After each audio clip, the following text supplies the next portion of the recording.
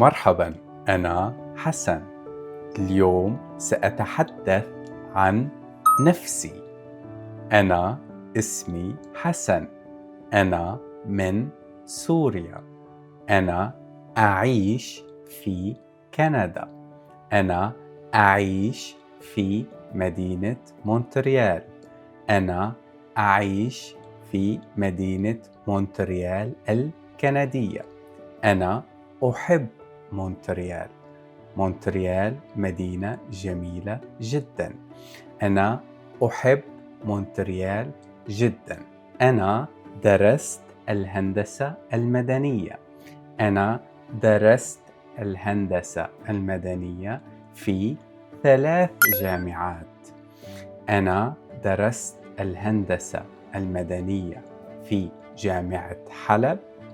حلب مدينة في سوريا.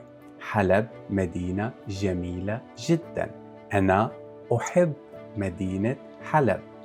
أنا درست الهندسة المدنية في جامعة حلب. أنا لم أكمل دراستي في جامعة حلب. أنا سافرت. أنا ذهبت إلى السعودية. أنا لم أكمل دراستي في السعودية. أنا سافرت إلى الإمارات. أنا لم أكمل دراستي في الإمارات. لا. أنا سافرت إلى الولايات المتحدة. أنا درست في الولايات المتحدة لمدة 3 سنوات. أنا درست الهندسة المدنية في الولايات المتحدة ل3 سنوات.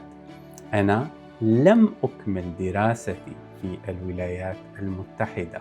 أنا سافرت إلى كندا. أنا سافرت إلى مونتريال. أنا أكملت دراستي في كندا. أنا أكملت دراستي في جامعة ميغيل في مونتريال. أنا أحب مونتريال كثيرا. أنا عملت كمهندس مدني. أنا عملت كمهندس مدني في تورونتو. تورونتو مدينة في كندا. أنا أحب تورونتو أيضا. أنا أحب مونتريال. أنا أحب حلب. أنا أحب تورونتو. أنا أحب الكثير من المدن حول العالم. أنا عملت في الهندسة المدنية لمدة 4 سنوات. أنا الآن لا أعمل في الهندسة المدنية. أنا الآن أعمل في تعليم اللغة العربية. أنا الآن أعمل في تعليم اللغة العربية عن طريق المحتوى المفهوم Comprehensible Input. أنا أعتقد أن أفضل طريقة لتعلم اللغة العربية هي عن طريق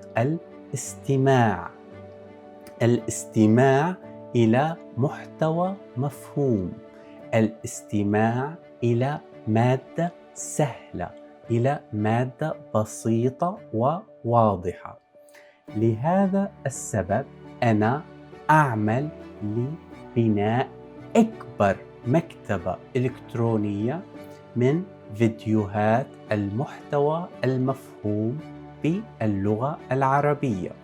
أنا أحب اللغة العربية. أنا الآن أعمل لبناء محتوى مفهوم باللغة العربية الفصحى وباللهجة الشامية.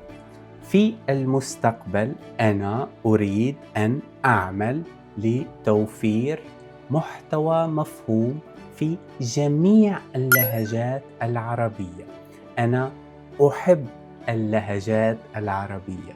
أنا أحب اللهجة العراقية.